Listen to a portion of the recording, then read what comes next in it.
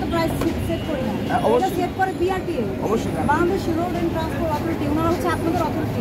আপনাদের যদি কোনো আবেদন থাকে, কোনো ইয়ে থাকে, আপনারা যদি এগ্রি থাকেন, আপনারা ওনাদের বরাবর আবেদন করবেন, এটা ওনারাই রিভাইজ করতে পারে। আমাদের মাধ্যমে কেন লিখিত আবেদন করবেন বিআরটিএ তে।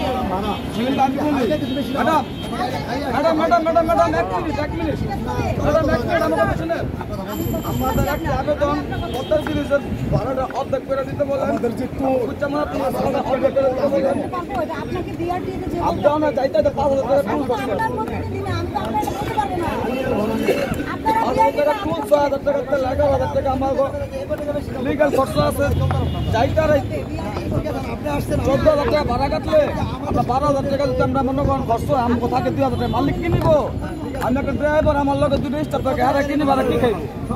আমরা বন্ধ করে দেবো গাড়ি, আর কি করবো? গাড়ি চালিয়ে দেবো আমাদের তো বন্ধ করে দিই, বন্ধ করে দাও, সব বন্ধ করে দাও, বন্ধ করে দাও। স্টেপের শব্দ, সব গাড়ি বন্ধ, গাড়ি বন্ধ, বন্ধ গাড়ি বন্ধ, গাড়ি খালি, সব গাড়ি বন্ধ রাখো। খালি যদি আপনি